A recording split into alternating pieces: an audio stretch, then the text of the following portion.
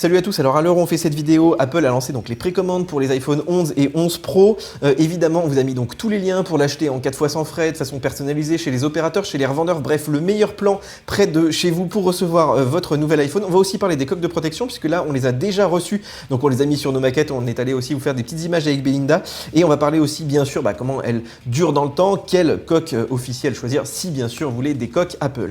Alors avant ça, on va voir un petit peu ce que vous avez choisi comme iPhone, puisque je vous ai posé la question ce matin, on a fait un petit sondage, vous étiez nombreux à répondre. Alors l'iPhone Pro et l'iPhone Pro Max sont vraiment au touche-touche, hein, c'est assez impressionnant. L'iPhone 11 est un peu en retrait, voilà. Donc le triple capteur manifestement a eu quand même son petit effet cette année. Bon, forcément il y a l'écran OLED, enfin, je vous invite à aller voir la vidéo comparative qu'on a fait. Les anciens modèles forcément sont à la traîne, mais parce que je pense qu'aussi vous êtes nombreux à les avoir déjà achetés ou à attendre les promotions de fin d'année. Alors au niveau des capacités, 256 Go, je pense que c'est clair. Moi à mon avis c'est la meilleure capacité médiane, notamment pour la revente. 64 Go c'est un petit peu juste, sauf si vous faites du cloud, mais voilà, c'est le moins cher, c'est aussi pour ça que vous êtes nombreux à la prendre. Et puis 128 Go, c'est le meilleur plan je trouve sur l'iPhone 11 de base forcément, et c'est dommage que Apple ne le propose pas de base sur la version Pro. Voilà, 512 Go, c'est pour les gens comme moi qui font beaucoup de photos, beaucoup de vidéos, mais ça reste une minorité. Et puis on termine donc par les couleurs. Alors bien sûr, le vert, c'est la nouvelle couleur, c'est plébiscité. On verra après si ça dure dans le temps ou pas. Et puis tout ce qui est gris sidéral, noir, forcément,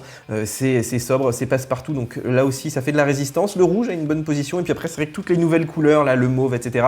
Bon, forcément, c'est un petit peu moins populaire, mais moi je trouve ça bien qu'Apple propose cette année un beau panel comme ça de couleurs. Alors maintenant, on va parler des housses de protection, puisqu'on a reçu donc les modèles officiels d'Apple qui se déclinent toujours en cuir, silicone et transparent, comme celle que j'ai dans la main, alors qu'ils se déclinent sur tous les modèles. Ça, c'est la petite nouveauté cette année. Et puis, bon à savoir aussi, la version en cuir n'est pas disponible sur l'iPhone 11 de base, donc ça, c'est un peu dommage selon moi. En tout cas, aujourd'hui, c'est quand même hyper important de mettre une housse de protection. Moi, je vous encourage vraiment à 1000-1500 €. On peut plus se permettre de faire tomber son téléphone.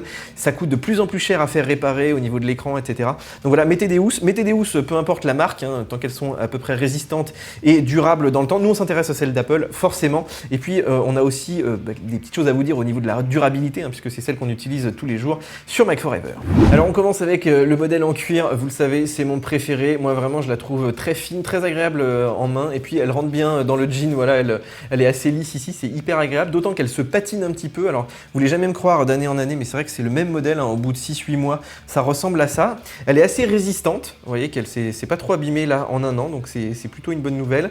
Et puis elle coûte 55 €, donc c'est pas trop cher. Alors elle existe aussi en modèle folio, vous savez, avec le petit rabat. Bon, moi j'aime un peu moins, je suis un petit peu moins fan, mais vraiment cette coque en cuir, je trouve que c'est un des meilleurs rapports qualité-prix d'Apple, et surtout c'est la seule à avoir donc des vrais boutons sur le côté où on peut cliquer. Alors pas de changement sur la housse en silicone avec toujours ces petits boutons taillés dans la masse. Moi j'aime moins, je trouve que c'est moins agréable pour cliquer.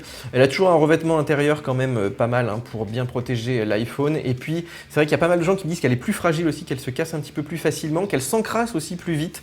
Souvent des fois elle prend la couleur du jean ou elle devient un peu râpeuse avec le temps, donc difficile à mettre dans la poche. Donc voilà, je trouve que 45 €, certes c'est moins cher qu'une coque en cuir, mais pas beaucoup moins cher finalement pour une qualité qui est nettement en dessous. Donc voilà, la coque en silicone officielle à 45 €. Alors je sais pas si ce sera ma coque préférée, mais en tout cas ces nouvelles coques transparentes donc, qui sont disponibles sur tous les modèles, je trouve que c'est une très bonne idée pour profiter notamment donc, des nouvelles couleurs. Alors moi ça fait un an que je le teste sur le 10R, je la trouve quand même assez épaisse, hein, dans la poche, on sent quand même qu'elle est un petit peu plus épaisse que celle en cuir, et puis surtout les boutons sont un petit peu plus difficiles à actionner. Par contre, donc on voit les couleurs, hein, je vous l'ai déjà dit, et surtout elle ne jaunit pas. Apple a vraiment pris un plastique de très bonne qualité, elle n'a aucune trace, voilà, au bout d'un an elle n'est pas abîmée, elle n'est pas jaunie, donc voilà, très durable, très cher aussi, hein, forcément 45 € pour du plastique, c'est cher payé, mais c'est vrai que si vous voulez une belle coque en plastique, moi j'en ai pas trouvé pour l'instant des meilleures que celle d'Apple.